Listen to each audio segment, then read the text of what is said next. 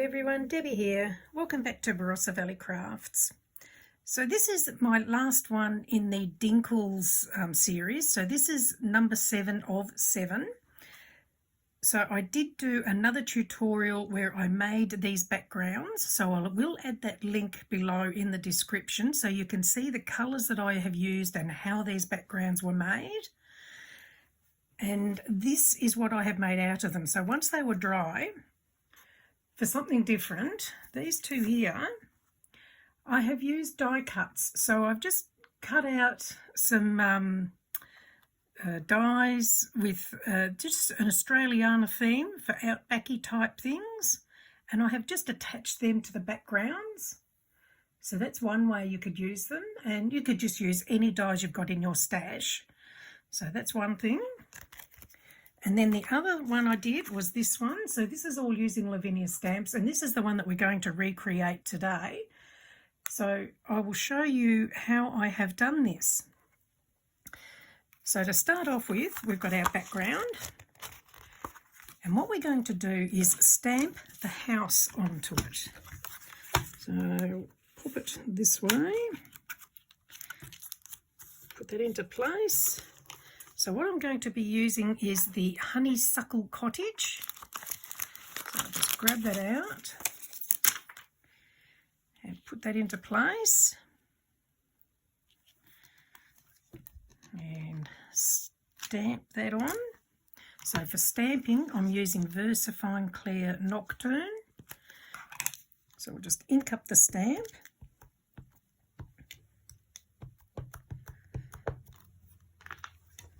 Put that into place. Just remember to allow time for the ink to soak into the card. Give it a good press. And there we have it. So now I'll just clean that off and pop it away. I always try and put them away as I go, otherwise I tend to lose them. I end up with so much on the table. Then I'm going to use the fairy path. So I'm just going to move this up a little bit. Now using the acetate, I'm going to work out where I want the fairy path. So it will be about there. So then what I'm going to do is place my stamp on top of that. And then pick up the stamp, remove the acetate, and then I know it's going to be stamped exactly where I want it. So we'll just close it over to make sure. I'll just have to move that. I'll just move some of these magnets. There we go. So again, using Nocturne, VersaFine Clear Nocturne, I'll ink up the stamp and put that into place. And there's our path leading to the house, or the cottage. Okay, so just pop that one away. So that was the fairy path.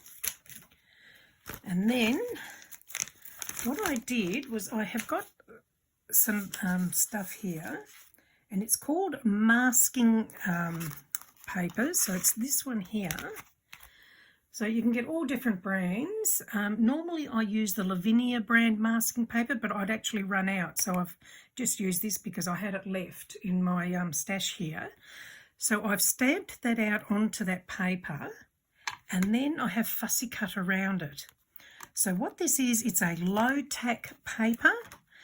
So what I'm going to do is peel the backing off it, and I'm going to place it over my stamped image, and it will then create a mask, so anything else I do, it will not stamp or colour onto where that stamped image is. So I'll just push that into place. And now I'm going to use the spring tree stamp. And what I'm going to do is just stamp it on either side of the cottage. So I'm going to put one lot of stamping. I'll just move that down. Put the magnets in place so it doesn't move.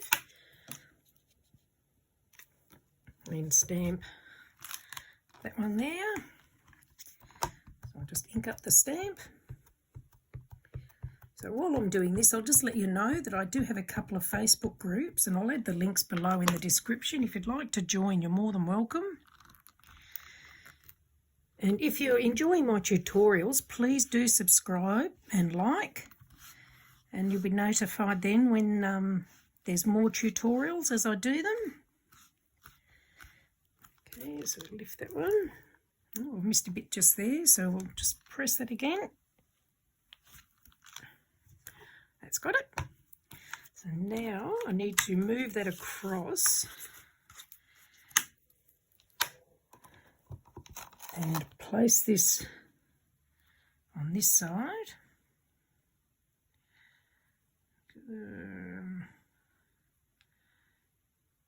Pop it about there. Whoops. Let me get the magnets out of the way. Try again. I'll put that magnet up there. Alrighty, now we'll ink it up again.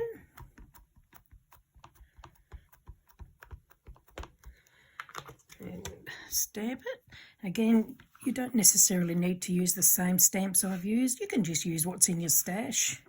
But I will add the link below to where I buy all mine. So if you're in Australia, you can go there. Or if you're not, just find a stockist near you. There we go, that'll do. Now we'll just clean that off.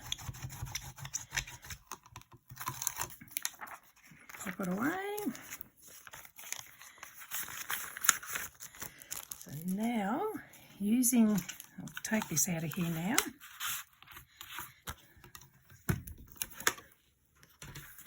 So now I'm going to use this one. So this is the orchard grass. I'm just going to pop that onto here. We're just going to stamp these around. So when you're stamping them, don't necessarily do them all nice and level and straight and even, because things do grow on different angles. You can do 2 generations, so it looks like they're in the background a bit. Pop some down the front.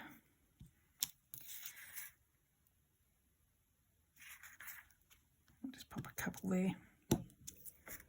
Yeah, that's probably enough. Don't want to overdo it. Sometimes if you do too much, it just, yeah, spoils it sometimes. And now, I'm just going to quickly use my heat gun. So I just want to make sure the ink's dry before I do the next step.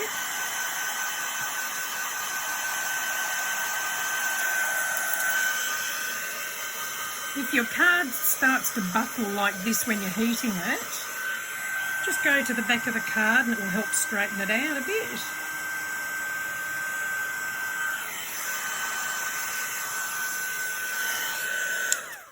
Okay. So now what we're going to do, using VersaFine Clear Twilight, I'm now going to just go around the edge of the mask, and what this will do is basically do like a shading effect, so it will lift the house from the background and give it a bit of a 3D effect. So it looks like it's got a bit of shadow behind it, and we'll go around the edge of the card to give it a bit of a frame.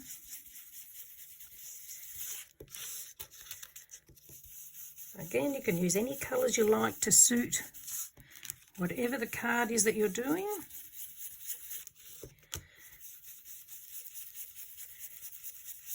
Now, I'm not giving measurements to the size that I've used because you could do these as big or as small as you like. So it's totally up to you and your preference on the size that you would like to do these cards. Okay, so that's that. Now I'm going to use this. So this is a darkroom door stencil. I'm just going to create a moon. So I'm just going to use Versamark Cloud White and a finger dauber. We're just going to place a moon here. I've used this before and I didn't clean off the previous colour. Let me just wipe that off. Okay. So now we'll just pop the moon on. So I'm just going to pounce the white on here to make the moon.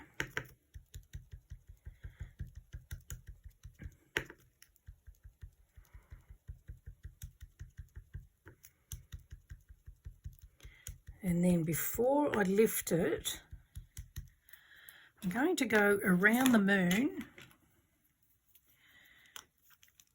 with my quickie glue pen, because I'm going to add some glitter around the edge of the moon. Okay, so that's that done. Then we're going to remove the mask. Now you can use the masks over and over, but I think I've just torn this one. But if you tear them off without, or if you peel them off without tearing them, you can reuse them. So there we go, and it's left the house untouched. Now, using the glue pen still, I'm just going to go around the twine on the roof.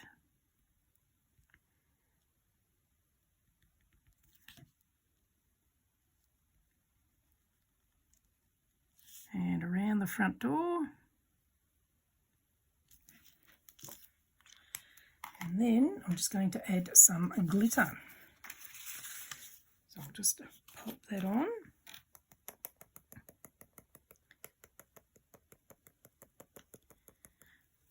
And tap off the excess. And using a soft bristle brush, just gently wipe off the excess glitter, because it'll only stick to wherever the glue is. If it happens, like if you've still got a little bit of wet ink there, if it stays on there, that doesn't matter, because once it's dry, it will just come off. Okay, so that's that done. Let me just put this back in its jar.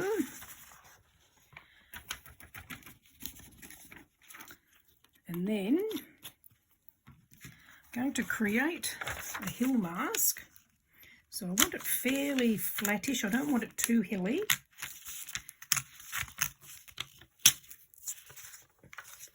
We're going to line that up with the bottom of the trees and the house.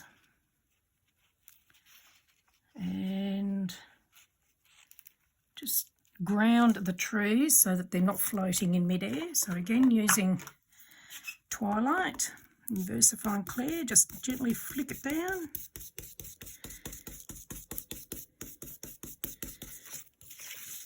There we go. And that's it all done, I think. So it's quite easy to do. Now I'll just move all this out of the way. So what we're going to do now is put it onto the card. I have a lot of people asking me, how do I get my borders so even? Well, I'm about to show you. We'll put it onto the black card. So this is how I do it. So once this is dry, I just glue this onto my matte card. Now you can use double-sided tape if you prefer. It's just a personal preference. I like the glue because it's quick and you've got a little bit of wriggle space when you need it. And we'll pop that down on here. I'm just going to flip that over and give it a rub to make sure it's all stuck.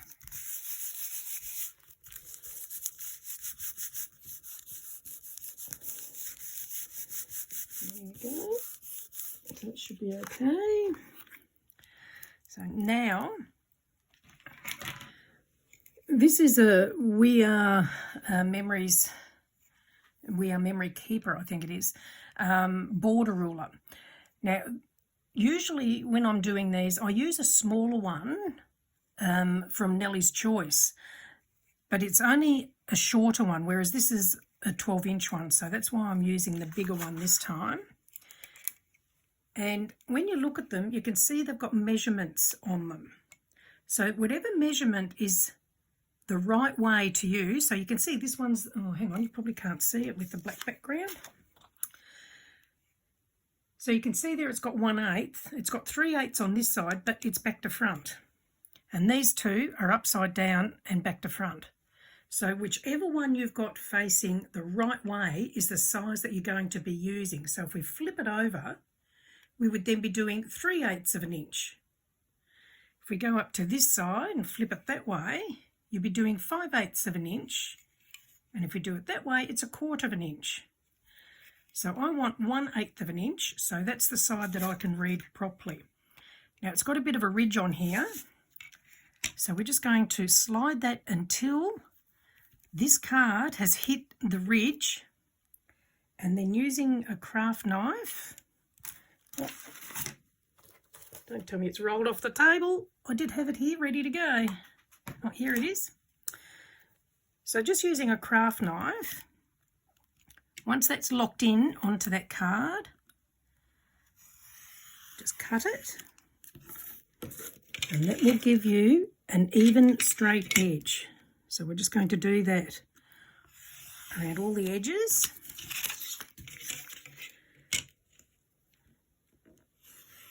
And then once you've done that, you would then cut your base card or your main base card to size to sit that on it. But what I'm doing this time, because this is not actually an opening card, I just want it on the base. You can do them obviously on cards to open if you like, but because I'm not going to be giving these away, these are for me, and I put them on display. I'm not doing a folding card. So same process. We're going to pop that on there, press it into place, make sure it's really stuck down, and same thing again. So now I'm going to do the 1/8 of an inch again. So we're going to hook it onto the edge now of the black card and cut that. And we'll just do that all the way around.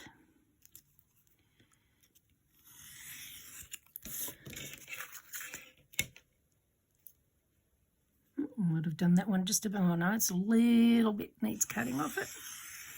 Some people are really good and they can just eyeball these. But yeah, I just find if you want it perfect, this is the best way to do it. But when things are handmade, they're not always perfect, and that's the beauty of them too. So there you go. So that's how you get the nice even borders. So that's it, guys. I hope you've enjoyed that. So that's the one we just did. And that's the one that I did earlier. So same thing. And then these two were just done by adding the die cuts from cutting dies to them. So it's just another way you can add things to the backgrounds that you make. I hope you've enjoyed this series of tutorials on using Dinkles. If you have any questions, please pop it into the comments below and I will answer you as soon as I can. Thank you very much for joining me, and please do subscribe, and hopefully we'll catch you all again soon. Bye.